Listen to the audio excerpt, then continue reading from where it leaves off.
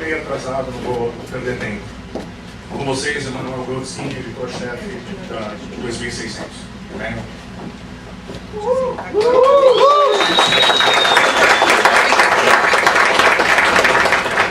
Greetings. Would you rather I speak in English or Portuguese? Yes, so should I actually. Wouldn't it be great if I knew the language? I'm sorry, I'm American. And Americans only know one language. Capitalism. But actually, I don't know if you've been following the news, but things are changing in America. It's getting kind of nice right now. People are almost proud to be American again, so I'm not going to say I'm Canadian when I travel anymore. Basically, a lot has changed in the last year. How many of you were here last year when I was talking? Well, not here, but wherever we were last year. As you might recall, it was a bit of a crisis last year where our domain got hijacked and sent over to meetspinner.whatever, and we had to deal with that. That was a bit of fun. This year it's a lot more calm. This year, actually, since the time I spoke last year and now, we've put out a book. How many of you have seen our book, The Best of 2600? Nobody? Ninguém conhece o livro? Eu conheço. Oh, okay. It's we were approached by Wiley Book Publishers last year, and they asked us if we could put together a compilation of the best articles that we've printed in the magazine over the last 25 years. That's another thing. We're 25 years old this year, or actually next year technically, and that's kind of a weird thing right there. That we're 25 years old. CCC, Chaos Communications Club, they're 25 years old. I believe the Cult of the Dead Cow is 25 years old. And I think the first issue of Frack came out 25 years ago as well. So it's a quarter century of the modern hacker world. It's kind of scary to think about it. And of course, hacking has existed well before 25 years ago in all sorts of other forms. But what Wiley asked us to do was basically put together a compilation of the best articles that we've printed over those 25 years. And it was a daunting task. It was something that we weren't exactly sure how we were going to do, because we've printed so many articles over the years. What we first had to do was look at them all, go through all the articles and say, wow, we talked about this all the way back in 1984. Should we include this in a book that's coming out in 2008? And we spent, I'd say, probably about 3 months just going through all the issues, figuring out what should go in, what shouldn't go in. And it was painful. It was painful having to cut things and include some stuff and not include other stuff. But the hardest part of the whole process was trying to figure out how to organize it all, because you have all kinds of topics from the 1980s, 1990s, and the 21st century. But does an article on MCI Mail from 1984 work well with an article about AOL in 2000? How do you categorize things? Do you list everything as far as all articles having to do with computers, all articles having to do with phones, all articles having to do with social engineering? I would say that's probably the hardest part of putting together a book like this, is trying to figure out how to sort it. And in the computer world, we're always sorting things, and trying to figure out how to label things. But when it comes to your own material, the things that we've been focused on for the last 25 years, it was next to impossible. And we brainstormed on this for many nights. Drank a lot of beer, tried to figure out exactly how we were going to put this thing out. And then, I guess after a lot of beer, we just figured it out one day, that it was pretty much divided for us into 3 decades: the 1980s, 1990s, and whatever you call the period from 2000 to now. We divided things up into those 3 decades and realized that there was one constant throughout the whole thing. There was one thing that was the same from the first days of 2600 to the present. And that one thing, that one constant, was the hacker spirit. That's right, hackers were the constant throughout the entire thing. They were the spine of the entire book. So an article written in 1984 has the same spirit as an article written yesterday. The spirit of, well, what happens if you hit this key instead of this key and break this rule that you're told never to break? What can you actually do? What are the security holes? What are the risks involved? And that's how we eventually put it all together, by decades and by certain categories within each decade.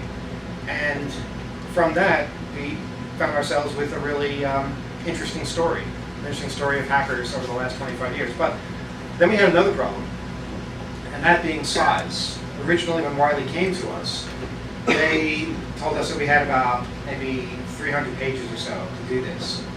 Now, I don't know if you're aware of how much stuff has been put out in 25 years, but to cut it down to 300 pages was, well, it was painful, but it was also impossible. And we tried to make this as clear as possible to them, that when we gave them the first chapter, which was 1980s, the first of 3, and that alone was 300 pages, they realized they had a problem. A good problem, but still a problem nonetheless. And they offered to do something rather unprecedented. They gave us almost double the amount of space. They said, okay, you have 500 and change.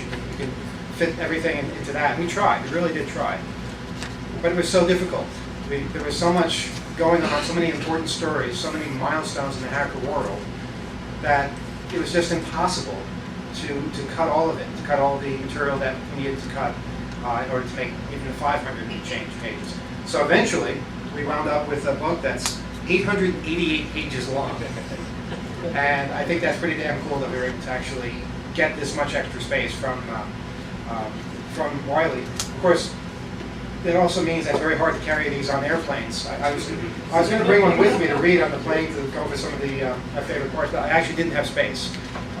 And it's also, I want to give some away today in this talk.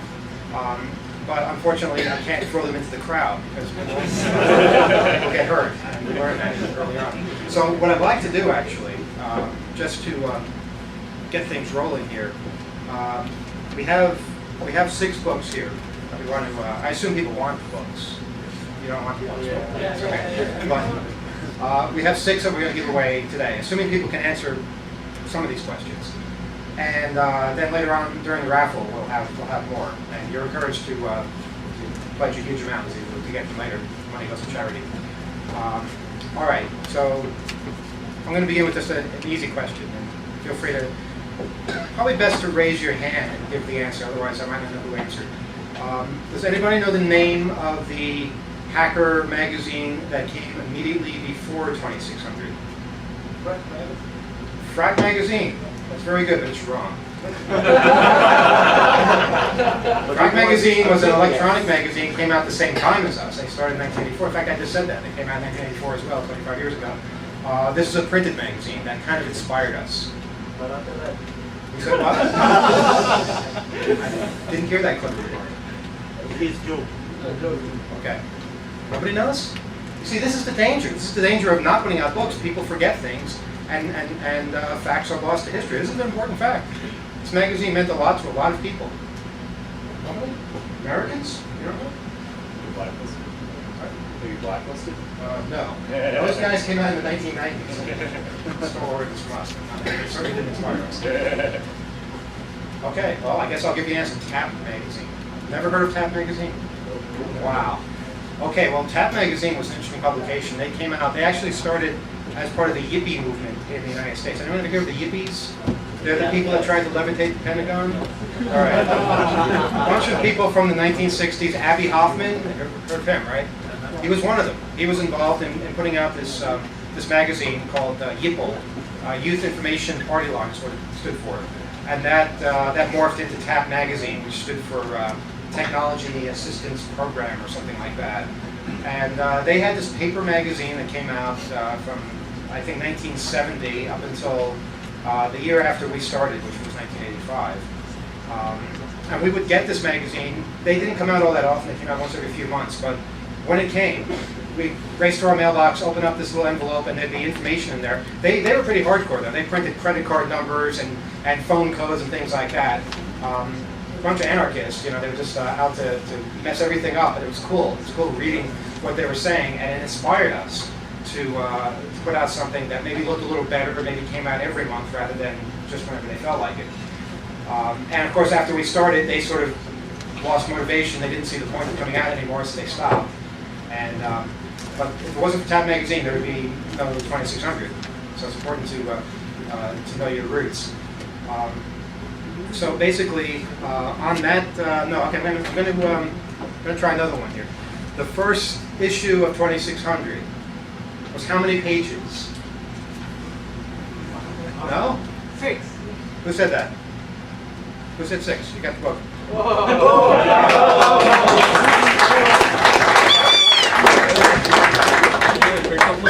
6 pages. It was actually 3 sheets of paper. Just 3 sheets of paper with double-sided, and we printed on each side and put little loose leaf holes in the paper so people could put it into a notebook. That was in January of 1984. That was our very first issue. And the first word on it was ahoy, which was what Alexander Graham Bell supposedly said into the telephone the first time he used one. What we did was, we were, by we I mean myself and a bunch of other people in the New York area that were involved in hacking at that time, in the early 80s. We were part of the bulletin board culture. Have any of you ever called up bulletin boards, BBSs? Okay, I don't mean things that are on the internet. I mean where you actually dial your phone, and then it's busy, and you have to wait for it not to be busy. Okay, this is what everybody was doing in the 1980s. They were calling BBSs at a whopping 300 baud, all right? And if you're lucky, you got 1,200.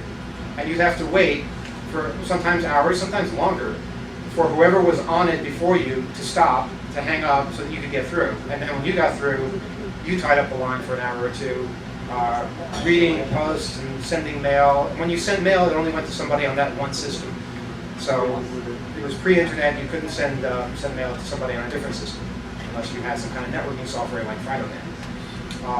So when I was on these systems, a lot of phone freak BBSs, there were all kinds of stories on there, all kinds of stories of adventure and trashing. And if you ever go trashing, so you jump into dumpsters. I'm serious. You jump into dumpsters and you look for corporate trash, whether it's memos or computer disks or just various bits of hardware, all sorts of things you can find in the dumpsters. I don't know what the law is here in Brazil. Maybe you get shot if you do that. I don't know. It's legal to jump into dumpsters.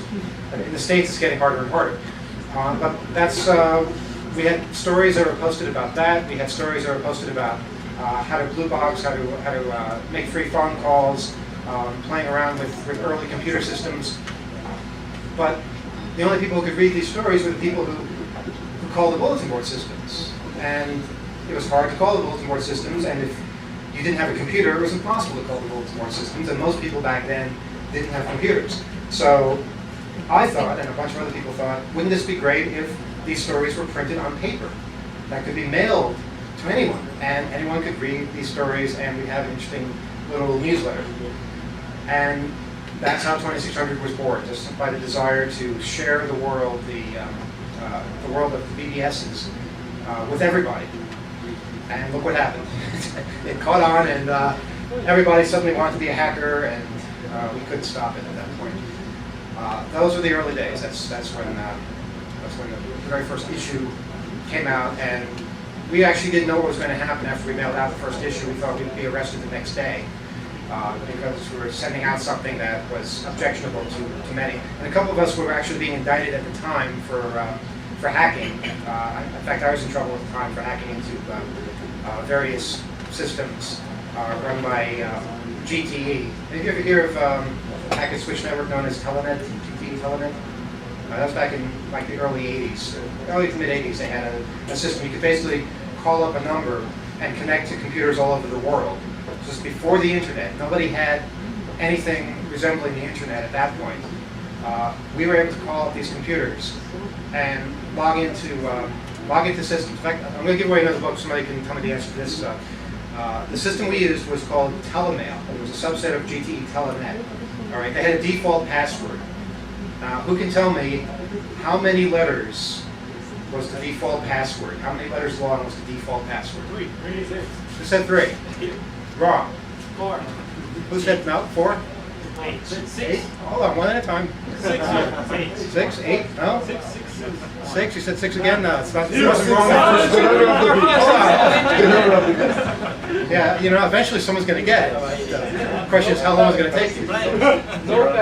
Great, how about this? You raise your hand and then I'll call on you. All right. Anybody? What? Here. One. Who said one? Here. That's ridiculous. But it's right. Wow.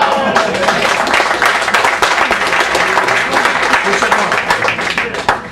Yeah, it's true. Their default password was the letter A. All right. This made me a computer expert because I was able to go down the list of names and keep typing A until I got in. In the view of the U.S. government, that made me a criminal mastermind. That I was able to do this and collect all these accounts, and I was able to log into NASA and to the White House and to all these corporations that were using this system. But the beauty of the system, the reason why we were so into it, was because one of us who was in California could call the local number and get a mailbox, while one of us in New York was calling the local number there and getting another mailbox. We could send mail to each other. And that was so cool back then because we didn't have to wait for a busy signal to go away. We didn't have to make a long-distance phone call. And we didn't have to wait for mail to show up in our mailbox in the postal service. It was instant. We could send mail, and nobody was doing that.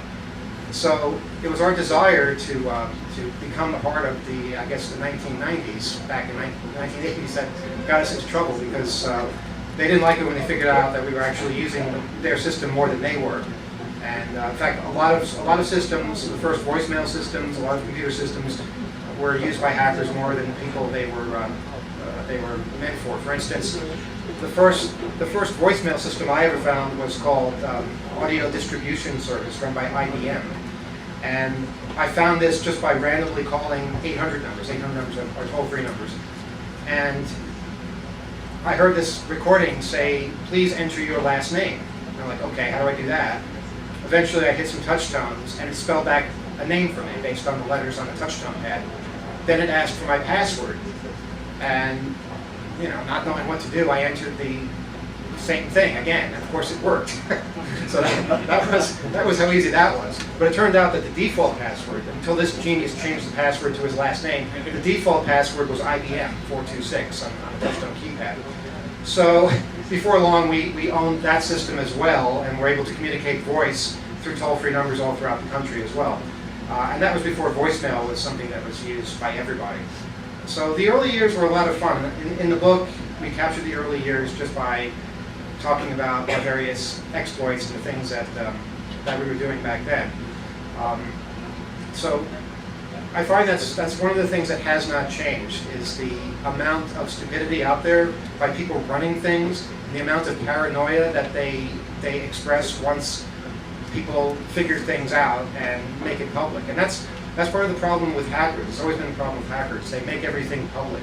They're not very good criminals. They don't keep things to themselves and only use it for profit. They like people to know, and they tell everybody. And of course, they get blamed for everything when that happens. And that exists to this day as well. People figure out how that a company is storing all this personal data on their website, such as a list of credit card numbers or a list of social security numbers. It happens every day in the States. We find some company that just loses all this information, or a university that posts their entire student list with social security numbers and home addresses online. And they say, whoops, we made a mistake, sorry. And they take it off, but then they blame hackers for finding it. They say, hackers did this, but all hackers did was discover it. Sometimes the companies or the universities or the government agencies find it first, and they take it offline and they say, wow, we've discovered this before the hackers discovered it. So we get blamed even when we don't do anything. It's the beauty of the mass media and how they're able to tarnish an image. We've had to deal with a tarnished image from day one, of people just assuming hackers are out to cause mayhem and nothing else. And you know, it's true, hackers do cause mayhem. People who tell you the truth, oftentimes it's a very inconvenient type of thing to do, and it can mess other people up who have a very well-defined plan as to what they want to do. To find out that they actually don't know what they're doing, it's a bit shocking to them. So hackers tend to not be very liked in the mainstream for that reason. But a lot of people understand exactly what hacking is all about. People who go to the movies, for instance. They're always cheering for the person who breaks the rules and is running from the cops and manages to make the cops crash into each other when they're chasing him. They're always rooting for that guy because he goes against the tide, he goes against the rules, and he's the one to tell you the truth in the end. He's the one you can really trust. So I think in a sense that's what we've been able to do, is kind of carry on that tradition and show that hackers are individuals. Okay, so I think it's time to give away another book. We have 4 left. So let's see, where should we go now? Okay, international connection here. Who knows the name of the first major Dutch hacker conference? Back there. Sorry? No, that's not a conference. That's an organization in Germany. They do have a conference at the end of the year. Technically, they only had a few people at the first few. When I say major, I mean over 1,000 people. All right. I'll give you a hint. Well, obviously I said Dutch, so German wouldn't work no matter what.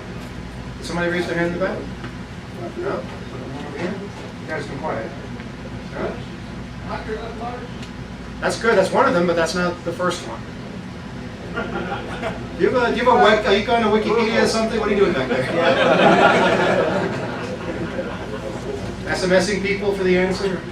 All right. Nobody's got it? We have more questions, so it's no problem.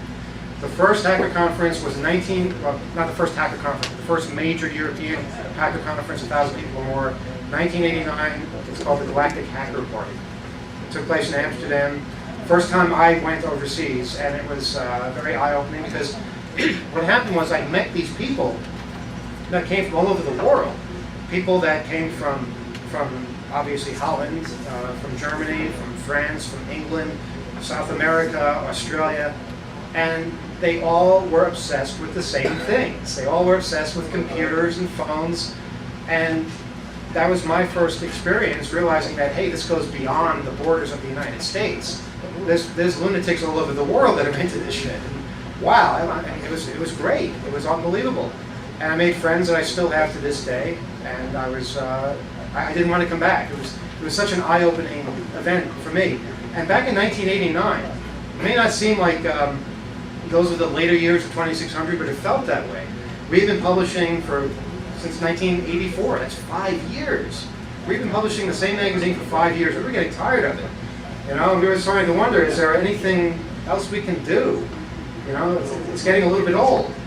And then going over there and getting just this dose of caffeine into your system, realizing that there's so much more to be talking about, so many more people to talk to, and the spirit that the Dutch had back then was everything that the Americans were losing.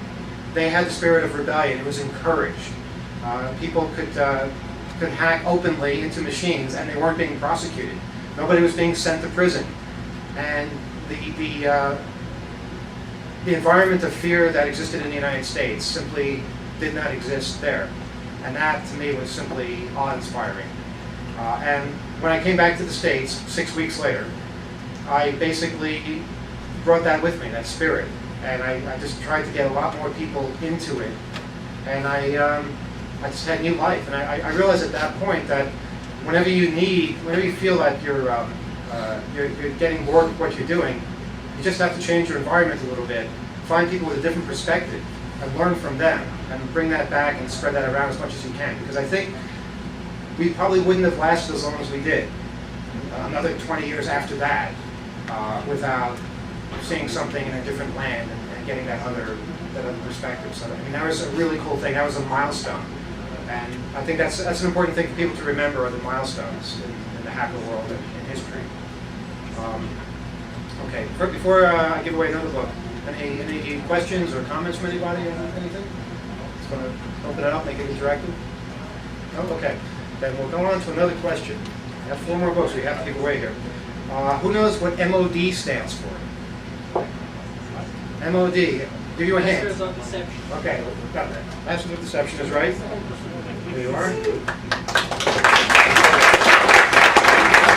Glad this end of the room got something funny. Masters of Deception was a hacker group from New York. I never really liked hacker groups myself because basically they're only as good as the worst members. And hacker groups are always seen as a bit of a threat, more so than individuals. And in the case of Masters of Deception, I think that was that came forth pretty clearly. Not only did the authorities see MOD as a threat, but other hacker groups also got into fights with them. In fact, if you read certain books, you'll find out that, in fact, there's a book called Masters of Deception. They're credited with having the first hacker war that existed. It's a silly term, but basically MOD got into a fight with LOD. You all know what LOD stood for? Legion of Doom, right. There's no book for that. But they got into a fight with them over, I don't know what they got into a fight over. Somebody called somebody a dick or something like that. It just rolled out of control, and people just started turning off their phone lines and turning people's phones into pay phones and posting credit reports online. It just got out of hand. And the thing that really made it go bad was when the authorities were called in. The authorities were called in by hackers, by people in one of the hacker groups, so that they could get the other people in trouble. And you never do that in the hacker world. You never call in the authorities to exercise their control over people, because you just strengthen the hand of those people who want to lock us all up. And it just doesn't end well. So a lot of the MOD people, including fiber optic, acid-free, people like that, wound up going to prison really for nothing. And a lot of people in the States wound up going to jail for not doing a damn thing. Kevin Mitnick, you've all heard of him. He went to prison, nobody really knows why, for reading files perhaps, or for saying he was somebody he wasn't on the telephone, ridiculous reasons like that, and he went to prison for 5 years. So it's not a healthy thing to have the authorities take a keen interest in the hacker world, because oftentimes they see them as the biggest threat since Al-Qaeda. In fact, there are many people who think hackers are as much of a threat as traditional terrorists. I hear the term cyber terrorism all the time, where hackers are feared to be the people who will shut down the nation's energy grid, turn off all the power, and turn off people's medication and life support systems and everything like that. It's really like a bad B movie, what they think hackers are capable of. Now, if something actually is online, if you can actually turn off a life support system by logging on to something on the internet, I think that's something we need to know about. We need to actually tell somebody, look, this is a bad idea, don't do this. Don't put that machine on the internet. You know, we have machines at 2600 that have sensitive information, namely subscriber information. We don't put that on the internet because we're not idiots. But a lot of other people are idiots, and they're in control of a lot of things. And I think it's time when there's a risk to public safety or security, people should be told about it. And that's kind of the public disclosure that hackers believe in. Another topic that's of great concern these days, electronic voting. Electronic voting is something that everyone is afraid will be hacked. In fact, and you see a film called Hacking Democracy. Excellent film about how electronic voting is completely insecure. But you'd never know that if people didn't try to hack it. Because the people who actually take advantage of these systems to their profit, to their benefit, aren't going to tell anybody. There's nothing in it for them. There's no reason for them to tell people that, yes, I stole the election in 2000 and gave it to George W. Bush. There's no reason why anybody would admit to that. But there is a reason why a hacker would go in and figure out a way to show how this is possible. And it's because people have guts, people have courage, and they're able to actually go onto television or magazines or radio or whatever and tell people exactly how things are done. That's why you see change. That's why you see people actually start listening at some point. It takes a while. It takes a long time. And it takes a lot of people being sent to prison. But I think we do make progress. Okay, ready to write another book? We have 3 left. Let's see here. We've got the default password. Okay, speaking of hacker groups, right? And I'm putting this group in quotation marks. Does anybody know the name of the hacker group that was involved in starting 2600? Yes, there was a group. Sorry, speak up. What did you say? No. Anybody? Cow? Sorry? Who took the dead cow? Cult of the Dead Cow? No, no. But we respect them greatly. Nobody? I mean, I'll give you a hint. It wasn't really a group. It was a bit of fun that we had with the authorities. You guys ever AGN? Well, No? Maybe that group of that used the 2006 the You gotta give us a name, not a description. you want a name? I'm gonna give you a description. You tell me the name. Captain Crunch group. Captain Crunch is a person, not a group. Yes. That's a good thing. serial killers. Sorry? Serial killers. Serial killers? No. It's a good name, but no. All right. Mayhem Project. Good names, sir. Good names. False. False was the name. PHALSE. And what that stood for was freakers, hackers, and laundromat service employees. I swear to God, the only reason it says that is so that we could spell out the word false, because it was a cool word and it started with a PH, meaning free, and that's why we called it false. And we put the laundromat service employees in there. But we found out later, after all the prosecutions for Telenet and Telemail and all kinds of other things that we were up to, after that was over, we were told in confidence by an FBI person that they actually spent a good number of resources looking into the connection between hackers and laundromats. They thought that there was something going on, they weren't sure what. Maybe we were filtering phone calls through them or something, or literally laundering money, who knows? They looked into it, so yeah, that was pretty awesome. Okay, didn't get that one, not too surprised, we didn't really publicize it that much. All right, this one you better know. What was the name, and how about raising hands for this, so everybody calls out at once. The name of the fictional film about Kevin Mitnick? Back there. Very good. All right, pass it back there. Takedown was the name. Woo! I'm glad you didn't say Freedom Downtime. That would have been an insult, because that was a documentary, not a fictional film that I was involved in. Freedom Downtime actually was another project that we started in 1998. And it came about as a result of finding out about this new movie coming out called Takedown. Takedown was this movie that Miramax put together, all about the Kevin Mitnick story. The thing is, Kevin Mitnick was still in prison at the time. He hadn't had a trial yet. In the movie, they just wrote in that yes, he had a trial, and he was found guilty. This is before he even had a trial. They were already rewriting history before it happened. Kevin was in prison. He couldn't do anything about this. They were using his name in the movie. And we were already upset at the fact that Kevin had been in prison for so long and hadn't been given bail, hadn't even been charged with a crime. And those people who had put him there were making millions of dollars writing books about him. And nobody knew what it was he actually did. They were basically preying on public fear of hacking. Putting somebody in prison indefinitely just because he was a hacker. It was incredible. And these guys were out making a movie about it. So we thought that wasn't going to fly with us. So we decided we were going to make our own movie. And we just started interviewing people and filming people. We tried to go to Miramax's office in New York City to ask some questions, and they wouldn't let us film in their lobby. They told us we weren't allowed to film there, which is pretty funny because this was the same company that was distributing Michael Moore's movies. You know, he goes into lobbies and films people. They wouldn't let us do it to them. So we wound up having a protest outside their offices. We organized this on the radio. You all listen to Off the Hook on the internet, on the radio? It's a weekly show we did. One person listens to Off the Hook? Wow.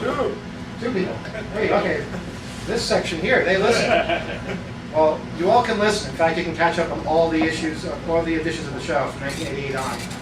www.2600.com/offthehook. A lot of history there. We organized through that radio show, which airs on WBAI in New York, a protest outside Miramax Films. And all these people showed up. Well, when I say all these people, maybe 15, 20 people, not very many. but we had picket signs. We stood in front of their offices for a couple of hours, and we got the media to show up, and they did news stories about it.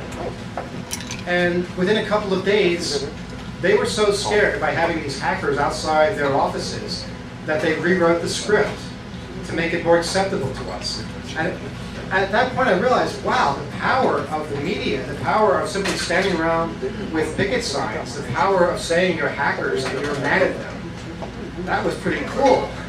And they actually, I imagine every time one of their phones broke from that point on, they assumed that we were behind it. So we basically went across country at that point, interviewing people involved in the Kevin Mitnick story, and trying to figure out what it was exactly that he was being charged with. And we wound up with a 2-hour documentary that came out before Takedown ever did, and I think was more popular in the USA than Takedown ever was. In fact, they never released Takedown officially in the United States because of all the bad publicity. But eventually, of course, Kevin Mitnick was released after 5 years. That's quite a story. But I don't have time to go into that. Let's give away another book. We have 2 left. How much time do we have? Okay. I guess another 10 minutes or so? 2 minutes? 20. Oh, 20, okay. Yeah. Ooh, scary. Okay. Okay, this is a more technical question to deal with cell phones. Perhaps you might know this. What is the country code for Brazil's GSM network? Oh, come on, you have to know this. No, that's the country code for Brazil. There's a difference.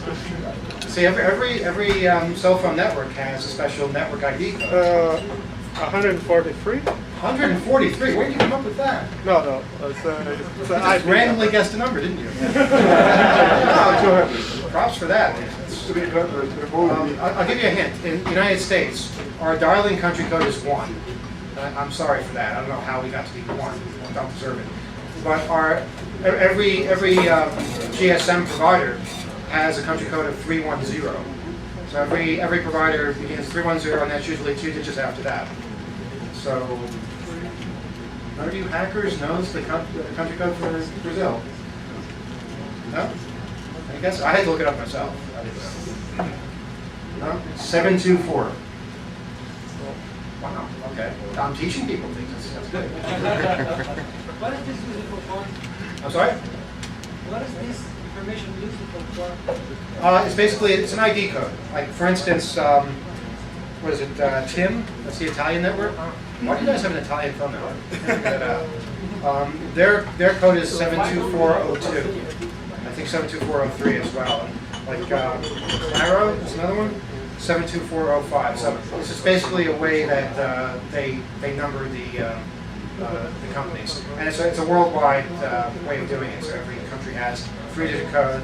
Every company has 2-digit code. They work together. All right, that was a tough one. Okay, who wants to tell me what a red box is? Tell me what a red box is. You get a book. A red box. Wow. Okay, we have an American here who's going to tell us. Hang on. Sorry? I'm going to give it to the guy in the back if he can explain it. Can you explain it a little bit better than that? Yeah, it's a small device. A small device used to place what? Free calls from public phones where? In the United States. That's good enough. You're not American, are you? Well, back in those days, we didn't have systems that supported this type of system. So basically, those who like to use boxes and just look for freaking stuff like that, we used to call those call home direct numbers whenever we connected to the United States network directly. So we could. But you wouldn't use red boxes. You would use a red box from here? No, not actually. Blue boxes, actually. Blue boxes, right. Okay. Good enough. I'm sorry. It was too easy for an American to get, so I couldn't in good conscience give that to an American. Okay.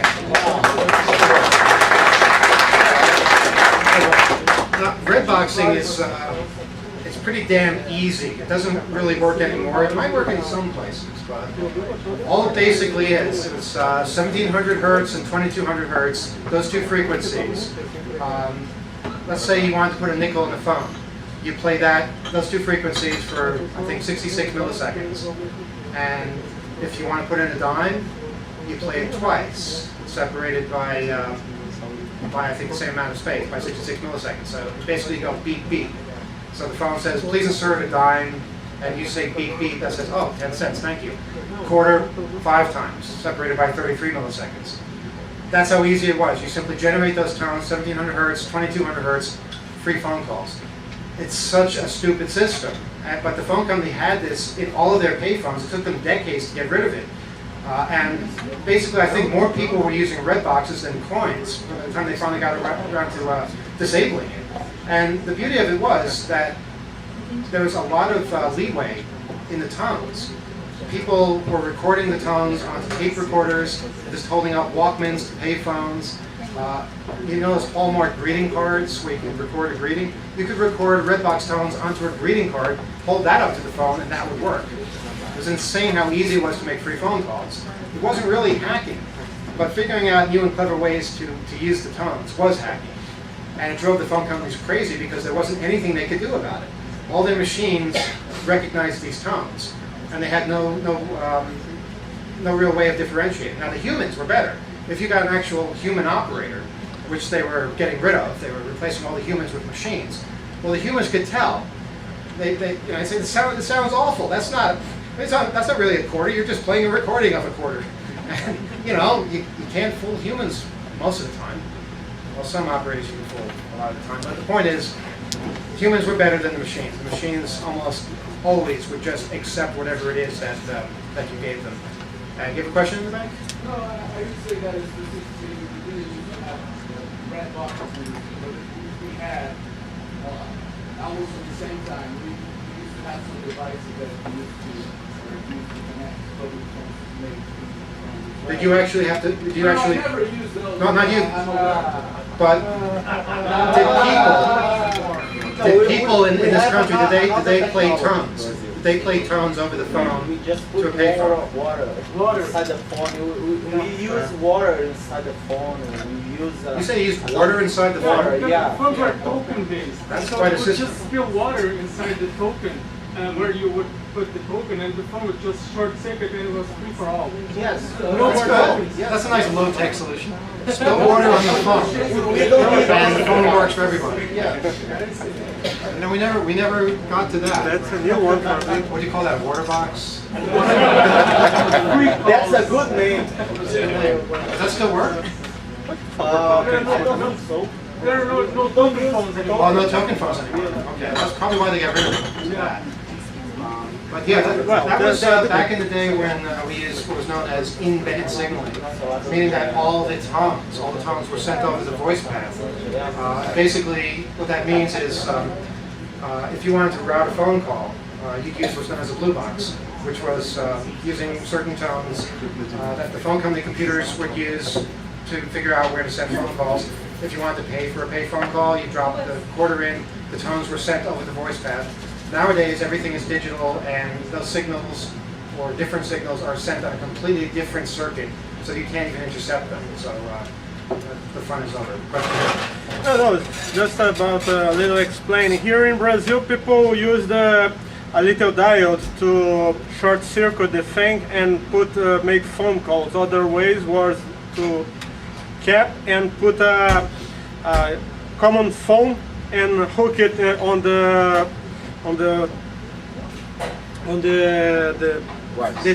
tubes, making the phone call. There are several ways, but in fact, they dropped those token phone calls and replaced for cards most of the time because people were breaking down the phones in order to get the tokens and sending them later.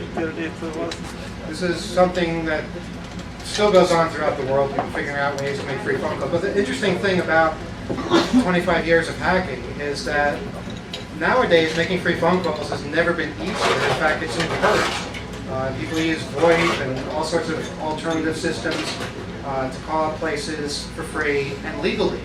So in a strange way, the hackers have sort of won. The hackers and phone freaks got exactly what it was they wanted.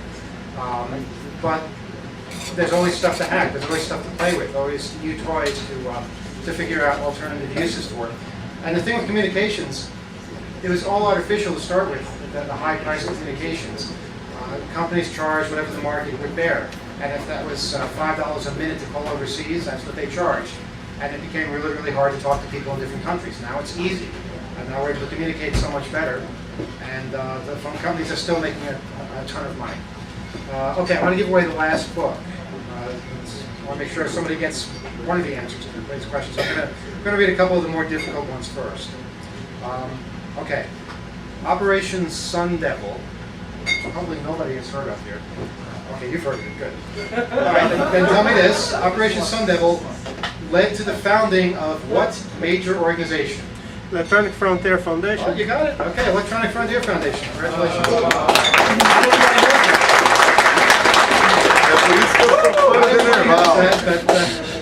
The Electronic Frontier Foundation basically, first let me tell you about Operation Sun Devil. That was this massive series of raids against computer hackers and phone freaks that took place in 1990. That resulted in the shutdown of Frack magazine for having a document that was called the E911 document, the emergency 911, 911 being the police in the United States. It was basically, I think, 2 sheets of paper just explaining how one particular element of the system worked. By the time the media finished with the story, it had turned into code. It turned into an E911 program. And they were saying they're not sure yet if anybody died as a result of the hackers taking over the 911 system. 2 sheets of paper. That's what they reprinted. And later it was found out that they were selling, the phone companies would sell this particular document to anybody who wanted to get it for $15. That didn't stop people from going to prison for having this document in a newsletter. It was insane. That's one of the raids. They also raided Steve Jackson Games in Austin, Texas, which was basically a game company. It wasn't even computer games, it was board games.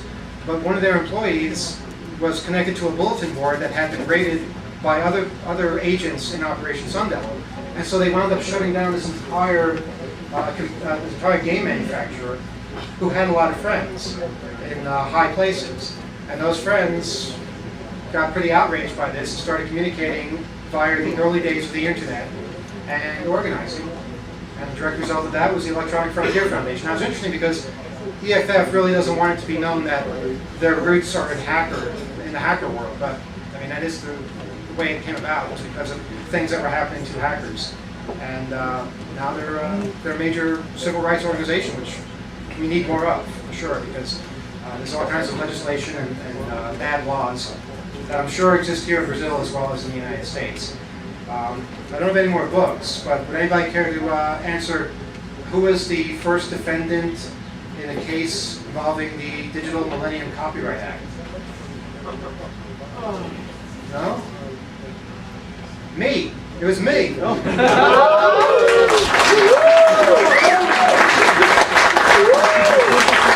I'm glad you all remember. The Motion Picture Association of America, those bastards, they decided to come after 2600, me in particular, because we printed a link, not even the code, but a link to the DECSS code. DECSS being the program that allowed DVDs to be played in Linux machines and for region coding to be defeated and things like that. Now, thousands of people had printed this link on their websites. Why do you think the Motion Picture Association decided to come after us? Because we were hackers. And they knew if they went to any court in the United States and they were fighting against hackers, they'd win, no matter what they were saying. And they were right. They most definitely won, and they basically were able to get us to cease and desist having that link and having anything to do with DECSS on our computer site. Now, DECSS never went away, and in fact, people were selling pirated copies of movies outside the courtroom that we were being tried in, so they didn't care about that. It was never about piracy, it was about control. And they wanted to be able to say, okay, people in Brazil, you're not allowed to watch the same movies that people in the United States have on DVD. You have to wait until we put it out in your region and charge you whatever we feel like charging. Of course, most people don't buy that. Most people don't like to be told when they can watch something on machines that they bought with DVDs that they bought. So eventually, I think that will go away if people are educated about it. But it was, even though we lost the case, I think we educated a lot of people as to what the Digital Millennium Copyright Act was all about and the threat that it represented. And I think more people got educated directly through our losing the case. More cases came afterwards. And DMCA still exists, but hopefully in the future, common sense will exist more.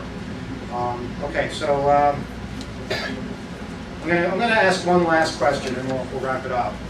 See if anybody. I wish I had a book to give somebody this, but I'll give you a sincere handshake if you know the answer to this. Anybody know the names of the 7 Pope conferences? All 7 of them. You already have a book. You want to give it a shot? Yeah. All right. All You right. have to get them in order. If you get anything wrong, I take the No, in microphone. order, no. Hacking at the end of the Oh, world. okay, you're wrong right away. Because that wasn't even our conference. Hacking at the end of the first one is called hacking at the end of the No, world. it was. You're thinking of hacking at the end of the universe. No, That was no, a Dutch yep, sorry, you're out. Anybody else? Sorry? Well, that was the most recent one. Do you want to do it backwards? I said in order, but you started at the last one, so the last hope was the most recent one. What was the one before that? That's a good name, Hope Before Last. No, that wasn't it. Damn, we should have used that. Okay, I'll tell you. The first one was in 1994, Hackers on Planet Earth. That's what HOPE stands for, HOPE. The second one, from this shirt that I'm wearing now, our shirts last a long time, 1997. Beyond Hope, that was our second one. The one after that, in the year 2000, H2K. That was back when all the Y2K craziness was going on. Then in 2002, H2K2, sequel to H2K. 2004, we had, 2004, it was the 5th Hope, because that was the 5th one. 2006, Hope number 6, and 2008, the last Hope. Which, by the way, those of you who didn't make it to the last Hope, how many of you did not go to the last Hope? So you all were there. How many did not go to the last Hope? Okay. How many did go to the last Hope? How is that possible? How did you raise your hands the first time and nobody raised their hands the next time? He was there, I know. You all should have come, it was great. People thought that it was the last hope, meaning the final hope, and basically that was a misunderstanding because we simply meant it to mean the most recent hope. Like, did you go to the last hope, the most recent one? So the next hope is 2010, and if you apply now, you can get your visas in time for that. The United States will be, hopefully the United States will be a much friendlier place in 2 years. That's my hope. I think we've made some good steps. I think we've, in the 25 years that we've been printing, I think we've hopefully done good for the hacker world and educated a lot of people, given a lot of writers voices that they wouldn't have had normally to educate people. And I hope we're able to do more of the same in the years, decades ahead. But even if we don't, I'm sure there are people out there who recognize the value of all this and will do so in their own countries and try to educate people in their own circle of friends as to what hacking is all about, what hacking is not all about, and the importance of being educated, enlightened, and open-minded. That's it. Thank you very much.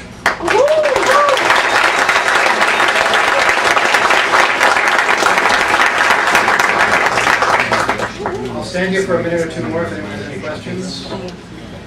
Otherwise, I'll just slip away. Pergunta, alguém? Comentários? Deus devolve. Cerveja? Vai pegar. Thanks, Emmanuel.